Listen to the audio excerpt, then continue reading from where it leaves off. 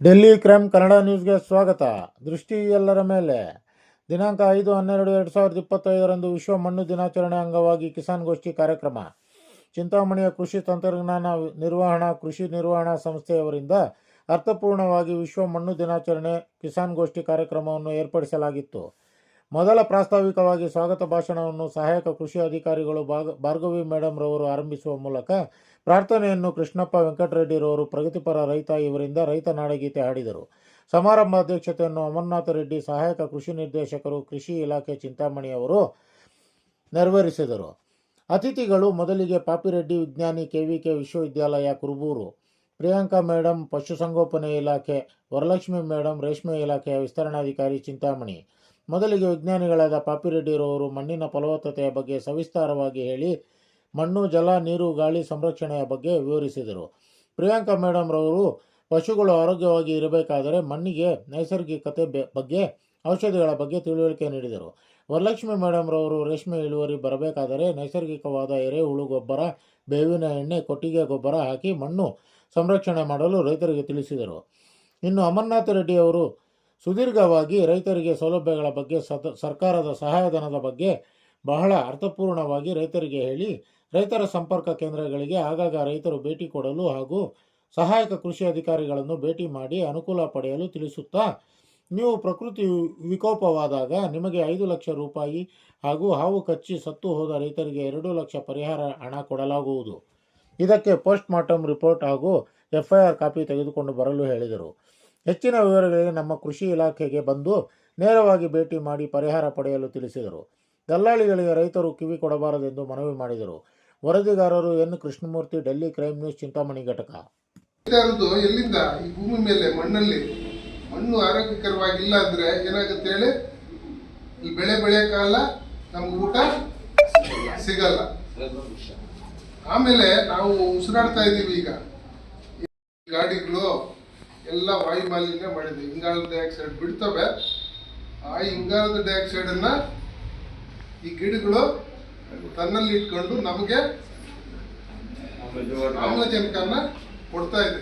ಆ ಗಿಡಗಳೇ ಇಲ್ಲ ಅಂದ್ರೆ ಮುಂದೊಂದು ದಿವಸ ನಾವು ಕೂಡ ಒಂದು ಮಾಸ್ಕ್ ಹಾಕೋಬೇಕು, ಹಿಂದ್ಗಡೆ ಒಂದು ಸಿಲಿಂಡರ್ ಹಾಕೋಬೇಕು. ಬಗ್ಗೆ ಹೆಚ್ಚು ಕಾಳಜಿ ವಹಿಸಬೇಕಾಗಿದೆ. ಯಾರು ಕಾಳಜಿ ವಹಿಸಬೇಕು, ಯಾರು ಜವಾಬ್ದಾರರು? ಈ ಮಣ್ಣಿನ ಆರೋಗ್ಯ ಹಾಳು ಮಾಡ್ತಾ ಇರೋರು ಯಾರು? ಈಗ ಯಾರಾದ್ರೂ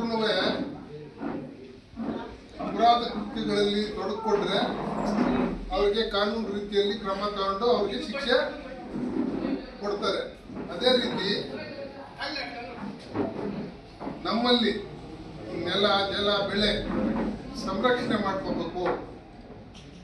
ಅದೇನು ಗೌರ್ಮೆಂಟ್ ಇದೆ ಮಾಡ್ಕೊತದೆ ಅಂತಲ್ಲ, ನಾವೆಲ್ಲ ಇದ್ದೀವಿ, ನಾವೆಲ್ಲರೂ ಜವಾಬ್ದಾರರಾಗಿರ್ತೀವಿ.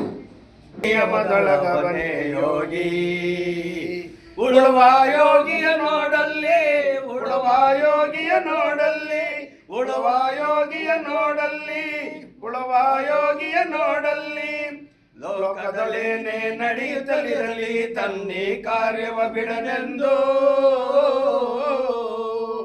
ರಾಜ್ಯಗಳು ದಿಸಲಿ ರಾಜ್ಯಗಳಲಿಯಲಿ ಹಾರಲಿ ಗದ್ದೆಗೆ ಮುಕುಟುಗಳು.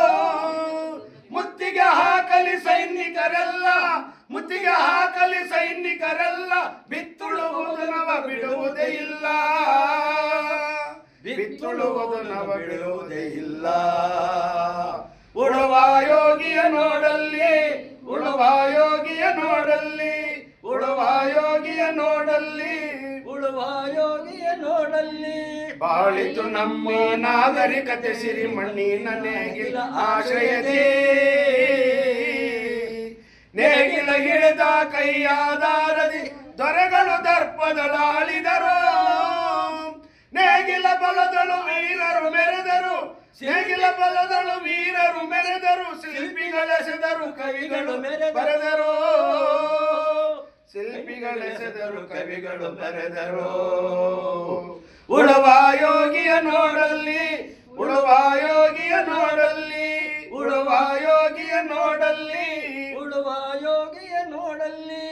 ಯಾರು ಹರಿಯದ ನೇಗಿಲ ಯೋಗಿಯ ಲೋಕಕ್ಕೆ ಅನ್ನವ ನೀಯುವನು, ಯಾರೋ ಹರಿಯದ ನೇಗಿಲ ಯೋಗಿಯ ಲೋಕಕ್ಕೆ ಅನ್ನವ ನೀಯುವನು ಹೆಸರನ್ನು ಬಯಸದೆ ಅತಿ ಸುಖ ಗಳಿಸದೆ ದುಡಿವನ್ನು ಗೌರವ ಕಾಸಿಸದೆ ನೇಗಿಲ ಕುಲದೊಳಗಡಿಗಿದೆ ಕರ್ಮ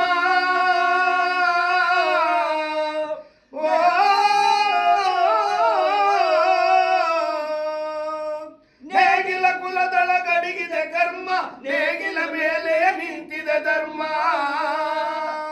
ನೇಗಿಲ ಮೇಲೆ ನಿಂತಿದೆ ಧರ್ಮ ಉಳುವ ಯೋಗಿಯ ನೋಡಲ್ಲಿ ಉಳುವ ಯೋಗಿಯ ನೋಡಲ್ಲಿ ಉಳುವ ಯೋಗಿಯ ನೋಡಲ್ಲಿ ಉಳುವ ಯೋಗಿಯ ನೋಡಲ್ಲಿ ಉಳುವ ಯೋಗಿಯ ನೋಡಲ್ಲಿ ಜೈ बोलो भारत माता की गंगा माता की गौ माता की जय गंगा माता की जय भगवान बलराम जी की जय जय बोलो भारत माता की जय ರಾತ್ರಿ ಮಲಗಿದಾಗ ಅಲ್ಲಿವರೆಗೂ ನಾವು ಬೆಳಗ್ಗೆಯಿಂದ ರಾತ್ರಿ ಆಗೋವರೆಗೂ ನಾವು ಮಣ್ಣಿನ ಜೊತೆನೇ ಇರ್ತೀವಿ, ಮಣ್ಣಲ್ಲೇ ಇರ್ತೀವಿ. ನಾವು ಮಣ್ಣನ್ನು ಬಿಟ್ಟು ಹೋಗಲ್ಲ. ಆದ್ರೆ ಆ ಮಣ್ಣು ನಮ್ಮ ಮುಂದಿನ ಹುಡುಗರಿಗೆ, ಮುಂದಿನ ಪೀಳಿಗೆಗೆ ಅದನ್ನು ನಾವು ಮುಂದುವರಿಸ್ಕೊಂಡು ಹೋಗ್ಬೇಕು. ಹಿಂದೆ ನಮ್ಮ ಪೂರ್ವಿಕರು ಈಗ ನಮ್ಮ ಇವರು KVK ವಿಜ್ಞಾನಿಯವರು ಆಗ್ಲೇ ಹೇಳಿದ್ರು, ಭೂಮಿ ಮಣ್ಣು ಅದು ಫಿಕ್ಸ್ ಆಗಿದೆ, ಎಷ್ಟಿದೆಯೋ ಅಷ್ಟೇ ಇರುತ್ತೆ. ನಾವು ಜನಸಂಖ್ಯೆ ಜಾಸ್ತಿ ಆಗ್ತಾ ಇದೆ, ಜನಸಂಖ್ಯೆಗೆ ಅನುಗುಣವಾಗಿ ನಾವು ಆಹಾರನ ಬೆಳ್ಕೋಬೇಕು. ಅದು ಇರೋ ಮಣ್ಣನ್ನ ನಾವು ಮುಂದಿನ ಪೀಳಿಗೆಗೆ ಇದನ್ನ ಹಾಗೆ ಮುಂದುವರಿಸ್ಕೊಂಡು ಹೋಗ್ಬೇಕು. ಇನ್ನೇನು ಇನ್ನು ಊಟಕ್ಕೆ ಅಂದಾಗ ನೀವು ಉಪಯೋಗ ಮಾಡ್ತೀವಿ. ಆದ್ರಿಂದ ಏನು ಅಂದ್ರೆ ಈ ಲೆಗ್ಯುಮಿನಸ್ ಕ್ರಾಪ್ ವಿಶೇಷ ಏನಂದ್ರೆ ಅದು ನೈಟ್ರೋಜನ್ ನೀವಾಗ ಮಾಡಿದ್ರೆ ಅದಕ್ಕೆ ಇದು ಸೂಕ್ಷ್ಮ ಜೀವಿಗಳಿಗೆ ಊಟ ಕೊಟ್ಟಂತ ಎಲ್ಲ ಮಾಡಿ ನಮ್ಮ ರೇಷ್ಮೆ ಬೆಳೆಗಾರರು ಅಂತ ಹೇಳಿದ ಇದು ಸಂಪಟ್ಟಿದ್ದಾರೆ. ಬಹಳ ಸಂತೋಷ. ಮಣ್ಣು ಪರೀಕ್ಷೆ ಮಾಡಿಸ್ಬೇಕಾದ್ರೆ ನಾವು ಯಾರು ಪರೀಕ್ಷೆನ ಮಾಡಿಸ್ತಾ ಇಲ್ಲ. ನಮ್ಗೇನಾದ್ರು ಆರೋಗ್ಯದಲ್ಲಿ ಏರ್ಪೇರಾದ್ರೆ ಫಸ್ಟ್ ಡಾಕ್ಟರ್ ಹತ್ರ ಹೋಗ್ತೀವಿ. ಅಲ್ಲಿ ಹೋದ ತಕ್ಷಣ ಏನ್ ಹೇಳ್ತಾರೆ ಅವರು, ಏನಾದ್ರು ಜ್ವರ ಅಥವಾ ಏನಾದ್ರು ವ್ಯತ್ಯಾಸ ಇದ್ದಾಗ, ಕೆಮ್ಮು ಅಂತ ಇದ್ದಾಗ ಬ್ಲಡ್ ಟೆಸ್ಟ್ ಮಾಡಿಸಿ ಅಂತ ಹೇಳ್ತಾರೆ. ಆದ್ರೆ ಭೂಮಿ ತಾಯಿ ಯಾರು ಕೇಳುತ್ತೆ ನನ್ನ ಪರೀಕ್ಷೆ ಮಾಡಿಸು ಅಂತ? ನಾವೇ ಮಾಡಿಸ್ಬೇಕು. ನಾವೆಷ್ಟು ಜನ ಮಾಡಿಸ್ತಾ ಇದೀವಿ ಇವತ್ತು ದಿವಸ? ಅದ್ರ ಕಡೆ ತಲೆನೇ ಆಗ್ತಾ ಇಲ್ಲ. ಯಾವ್ದೋ ಏನನ್ನ ಸಬ್ಸಿಡಿ ಕ್ಲೈಮ್ ಮಾಡ್ಕೋಬೇಕಾದ್ರೆ ಕುರ್ಬೂರ್ ಫಾರಮ್ಗೆ ಎತ್ಕೊಂಡೋಗಿ ನೀರು ಮತ್ತು ಮಣ್ಣು ಪರೀಕ್ಷೆ ಮಾಡಿಸ್ಕೊಂಡು ಏನೋ ಒಂದಷ್ಟು ಕೊಟ್ಬಿಟ್ಟು ತಗೊಂಡು ಡ್ರಿಪ್ ಹಾಕ್ಸ್ಕೊಳ್ಳೋದು ಅಂತದ್ದು ಮಾಡ್ತಾ ಇದ್ದೀವಿ. ನಿಜವಾಗಿ ನಾವು ಇವತ್ತು ದಿವಸ ಕೊರತೆ ಇರೋದು, ಪೋಷಕಾಂಶಗಳು ಕೊರತೆ ಇರೋದು ಭೂಮಿನಲ್ಲಿ. ಭೂಮಿಗೆ ಒಳ್ಳೆ ಫಲವತ್ತಾದಂಥ ಗೊಬ್ಬರಗಳು ಕೊಡ್ತಾ ಇದ್ರೆ ನಾವು ಯಾಕೆ ಮಣ್ಣು ಪರೀಕ್ಷೆ ಮಾಡಿಸ್ಬೇಕು? ಕೊಟ್ಟಿಗೆ ಗೊಬ್ಬರ ಕೊಟ್ಟರೆ, ಯಥೇಚ್ಛವಾಗಿ ತಿಪ್ಪೆ ಗೊಬ್ಬರ ಕೊಟ್ಟರೆ ಮಣ್ಣು ಪರೀಕ್ಷೆ ಮಾಡೋ ಅವಶ್ಯಕತೆನೇ ಇಲ್ಲ. ನಾವು ಇತ್ತೀಚೆಗೆ ಭಾಳ ಕಮ್ಮಿ ಕೊಡ್ತಾ ಇದ್ದೀವಿ. ಕಾರಣ ಇಷ್ಟೇ, ನಮ್ಮಲ್ಲಿ ಸಾಕಾಣಿಕೆ ಮಾಡಲು ಹಸುಗಳು ಎಲ್ಲ ಕಳ್ಕೊಂಡಿದ್ದೀವಿ. ಇಂಗ್ಲೀಷ್ನವ್ರು ಮೊದಲಿಗೆ ನಮ್ಮನ್ನ ಹಾಳು ಮಾಡಿದ್ದೆ ಅದು. ಗೋಶಾಲೆಗಳು, ಒಳ್ಳೆ ಗೋಶಾಲೆಗಳಿತ್ತಂತ ಇಂಗ್ಲೀಷ್ನವ್ರು ನಮ್ಮ ದೇಶಕ್ಕೆ ಬಂದಾಗ ಫಸ್ಟ್ ಇವರು ಭಾರತ ದೇಶದ ಜನ ನಮಗೆ ಗುಲಾಮರಾಗಬೇಕಾದ್ರೆ ಇದು ಗೋಶಾಲೆಗಳನ್ನ ನಾಶಪಡಿಸ್ಬೇಕು ಅಂತೇಳಿ ಕಷಾಯಖಾನೆಗಳು ತಿಳಿಸಿ ಎಲ್ಲ ಹಾಳು ಮಾಡಿದ್ದಾರೆ. ಅದೆಲ್ಲ ತಮ್ಮೆಲ್ಲ ಗೊತ್ತಿದೆ ವಿಷಯ, ಹೆಚ್ಚಿಗೆ ಹೇಳಕ್ ಹೋಗೋದಿಲ್ಲ. ಇವತ್ತಿನ ದಿವಸ ಪ್ರತಿಯೊಬ್ಬರು ಸಹ ಮಣ್ಣಿನ ಪರೀಕ್ಷೆ ಮಾಡಿಸುವಂಥ ಅವಶ್ಯಕತೆ ಇದೆ. ನಾವು ನಮ್ಮ ಯಾವ ಥರ ಮಣ್ಣು ಶಾಂಪಲ್ ತೆಗಿಬೇಕು ಅಂತ ಇಲಾಖೆಯವರು ಹೇಳ್ಕೊಟ್ಟಿದ್ದಾರೆ ಸುಮಾರು ಕಡೆ. ಅವಶ್ಯಕತೆ ಇದ್ರೆ ಅವರೇ ಬಂದು, ನಾವು ರೈತರಲ್ಲಿ ಹೊಂದಾಣಿಕೆ ಇದ್ರೆ ಒಂದು 5-10 ಜನ ಒಂದು ಕಡೆ ಸೇರಿದ್ರೆ ಅವರೇ ಬಂದು ತಿಳಿಸ್ಕೊಡ್ತಾರೆ ಹೆಂಗೆ ತೆಗಿಬೇಕು ಅಂತ. ನಮ್ಮ ಜಮೀನಿನಲ್ಲಿ ಬದು ಪಕ್ಕದಲ್ಲಿ ಮಣ್ಣು ಪರೀಕ್ಷೆಗೆ ಮಣ್ಣು ತೆಗಿಬಾರ್ದು, ಜಿಗ್ಗಣ್ಣ ಜಾಗ ತೆಗಿಬೇಕು ಅಂತ ಹೇಳ್ತಾರೆ. ಜಡ್ಡಾಕಾರದಲ್ಲಿ ಭೂಮಿ ಬದುನಿಂದ ಒಂದು ಬಾರು ಒಳಗಡೆ ಮರ ಇರೋ ಕಡೆ ಗೆನ್ಮೆ ಇರೋ ಬದು ಅಂದ್ರೆ ಗೆನ್ಮೆ ಪಕ್ಕದಲ್ಲಿ ತೆಗಿಬಾರ್ದು ಮಣ್ಣು.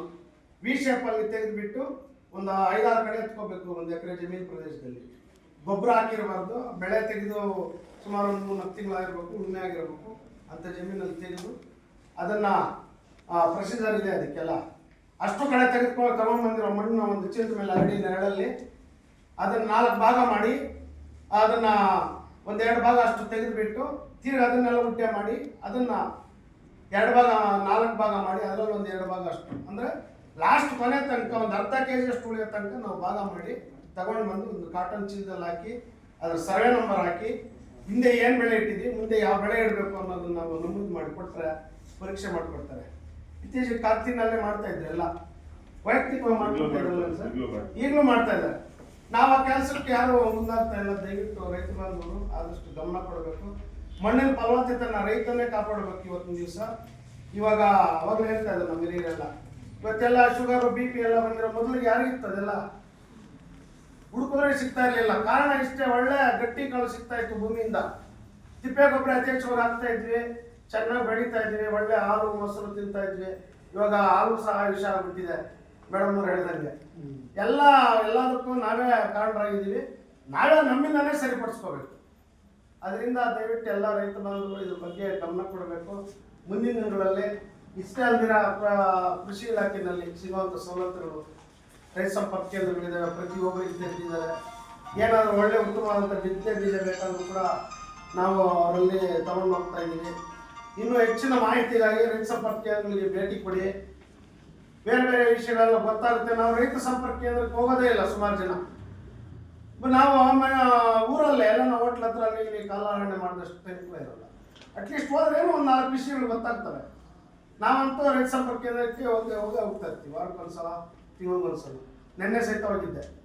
ಚಿಪ್ಸಮ್ ಕೊಟ್ಟರು ನಮಗೆ ಒಂದು 2 ಬ್ಯಾಗ್ ಕೊಡಬೇಕು ಅಂತ ಹೇಳಿದ್ದಕ್ಕೆ ಕೊಡ್ತಾರೆ. ಏನೋ ಸರ್ಕಾರದಿಂದ ಏನು ಸವಲತ್ತುಗಳಿದಾವೆ ಅವ್ರು ನೇರವಾಗಿ ರೈತರಿಗೆ ಕೊಡ್ತಾರೆ.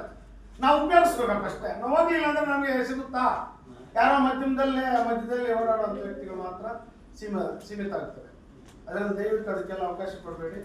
ರೈತರಿಗೆ ಏನೇ ಸಮಸ್ಯೆ ಇರಲಿ, ಕೃಷಿ ಅಧಿಕಾರಿಗಳಿದ್ದಾರೆ, ನಮ್ಗೆ ಒಳ್ಳೆ ಅಧಿಕಾರಿಗಳು ಸಿಕ್ಕಿದ್ದಾರೆ. ಸ್ವಲ್ಪ ಸಮಸ್ಯೆ ಹೇಳಿದಾಗ ಯಾವುದೋ ಒಂದು ಸಬ್ಸಿಡಿ ಟಿಪ್ಪಿಗೆ ಸಹಾಯಧನ ಇರ್ಬೋದು, ಅಥವಾ ಯಾವುದನ್ನ ಒಂದು ಚಾಪ್ ಫ್ಯಾಕ್ಟ್ರಿ ಇರ್ಬೋದು, ಕೃಷಿ ಹೊಂಡ ಇರ್ಬೋದು. ಕೃಷಿ ಹೊಂಡಕ್ಕೆ ಸುಮಾರು ಒಂದು 2-3 ಫೋನ್ ಮಾಡಿದ್ರು. ರೈತ ಸಂಪರ್ಕ ಕೇಂದ್ರಕ್ಕೆ ಹೋಗಿ ಅರ್ಜಿ ಕೊಡಿ ಅಂದ್ರೆ ಕೊಡೋದಿಲ್ಲ. ನಮ್ಮ ಹತ್ರ ಇದ್ದ ಕಡೆ ಎಲ್ಲ ಸಿಗುತ್ತೆ. ಇವತ್ತಿನ ದಿನ ಪರಿಸ್ಥಿತಿನಲ್ಲಿ ಏನೋ ಒಂದು ಅರ್ಜಿ ಹಾಕ್ಬೇಕಲ್ಲ. ಟಾರ್ಪಾಲ್ಗಳು ಸುಮಾರು ಜನಕ್ಕೆ ಕೊಟ್ಟಿದ್ದಾರೆ, ಜನರಲ್ಲೆಲ್ಲ ತುಂಬ ಕೊಟ್ಟರು. ನಮ್ಮ ಕೈವರೊಬ್ಬಳಿಂದ ನಮಗೆ ಮಳೆ ವಾತಾವರಣ ಹಿಂಗಿರುವಾಗ ತೆನೆ ಕೊಯ್ಕೋಬೇಕಾದ್ರೆ ಟಾರ್ಪಾಲ್ ಅವಶ್ಯಕತೆ ಇದೆ. ದಯವಿಟ್ಟು ಅದನ್ನೆಲ್ಲ ಬಳಸ್ಕೊಳ್ಳಿ. ಕೃಷಿ ಹೊಂಡ ಟಾರ್ಪಾಲ್ಗಳು ಪಟ್ಟಿದ್ದಾರೆ ಎಲ್ಲ ಸ್ಕೀಮಲ್ಲಿ ಮಾಡ್ಕೊಂಡ್ರೆ ಸಿಗುತ್ತೆ. ಮೊದಲಿಗೆಲ್ಲ ಸುಮಾರು ನಾನು ಇದೇ ಇಲಾಖೆಯಲ್ಲಿ ಸುಮಾರು ಒಂದು 10 ವರ್ಷ ಕೆಲಸ ಮಾಡಿದ್ದೀನಿ ಅನುದಾನವಾಗಿ. ಸುಮಾರು ಕೃಷಿ ಹೊಂಡಗಳು ಸಹಿತ ರೈತರು ಕೊಟ್ಟಿದ್ದಾರೆ. ಈಗ ಬರ್ತಾ ಇರುವಂಥ ಸವಲತ್ತುಗಳು ಕೂಡ ತಾವೆಲ್ಲ ಉಪಯೋಗಿಸ್ಕೊಳ್ಳಿ ಅಂತ ಹೇಳ್ತಾ ಈ ಒಂದು 4 ಮಾತುಗಳನ್ನ ಮಾತಾಡೋಕ್ಕೆ ಅವಕಾಶ ಕೊಡ್ತಾರೆ. ತಮ್ಮೆಲ್ಲರಿಗೂ ಒಂದು ಸುತ್ತ ಮಾತಾಡ್ತಾರೆ.